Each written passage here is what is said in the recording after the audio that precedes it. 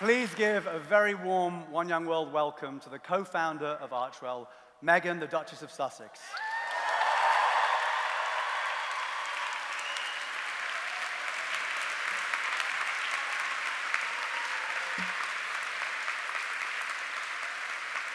Thank you. Well, good evening, everyone. It is very nice to be back in the UK. And it is very nice to be back with all of you at One Young World. As you'll likely hear many times this week, look, as we just heard, you'll hear all sorts of things. Some very heavy, some very uplifting, but the resounding spirit I believe you will hear is that you are the future. But I would like to add to that you are also the present. You are the ones driving the positive and necessary change needed across the globe now in this very moment. And for that, I'm so grateful to be in your company today. It was several years ago in 2014 that I was first invited to be a counselor at One Young World. And in many ways at the time, I was probably a lot like each of you, young, ambitious, advocating for the things I deeply and profoundly believed in. And also looking around and wondering, how on earth did I get here? Have any of you today so far had that feeling, that pinch me moment where you just go, how am I here? Oh, it's a lot. And at that dinner, there were about 20 to 30 of us for the counselors. And there I was the girl from Suits. And I was surrounded by world leaders, humanitarians, prime ministers, and activists that I had such a deep and long-standing respect and admiration for.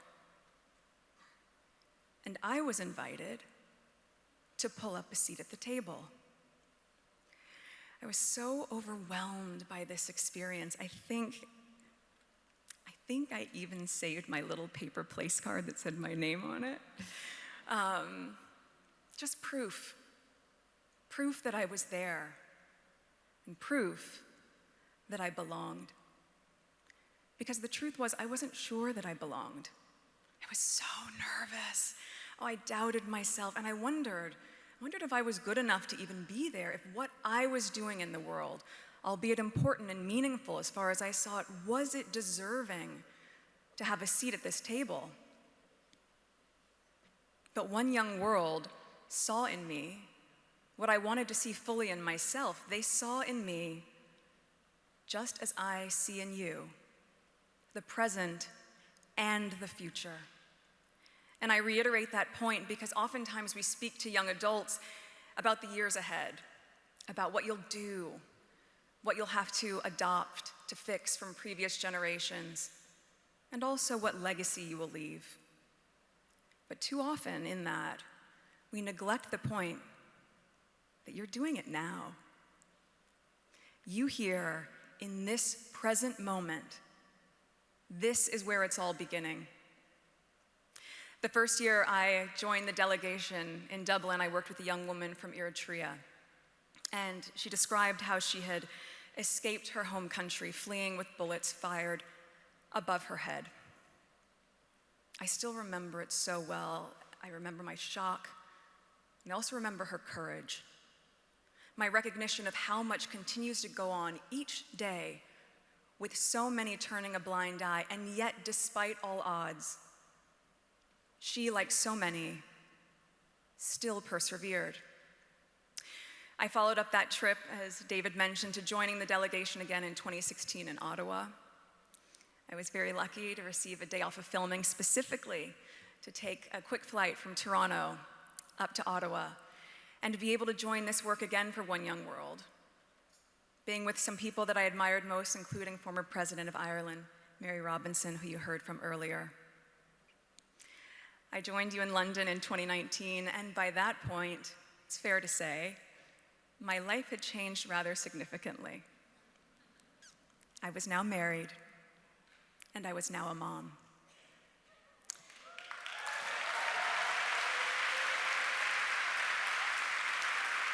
My worldview had expanded exponentially, seeing the global community through the eyes of my child. And I would ask, what is this world he would come to adopt? And what can we do? What can I do to make it better? I am thrilled that my husband is able to join me here this time.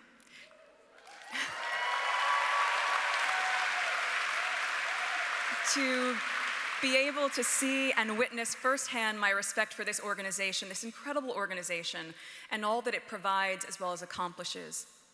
One Young World has been an integral part of my life for so many years before I met him. So to meet again here on UK soil with him by my side makes it all feel full circle. And just as a sidebar, earlier this afternoon, we sat down with a few of you delegates, and it was incredibly inspiring, the resounding themes that came up about representation, about inclusion, about access, and about trying to shift the global perspective for all of us as a global community to one of curiosity over criticism. My husband has long advocated for important and necessary impact in the world, focusing a huge part of his life's work on the youth. So for both of us, bearing witness to the power that you hold in your hands and the unbridled enthusiasm and energy that you have to see things come to fruition, it is just an absolute privilege. I'm incredibly humbled to not just stand before each of you, but to stand beside you. We often hear people say the time is now, but I'm going to double down on that by saying your time is now. The important work can't wait for tomorrow. And this week, the world is watching as you cement your place in history by showcasing the good that you are doing today, in the present moment, as we embrace the moment of now to create a better tomorrow.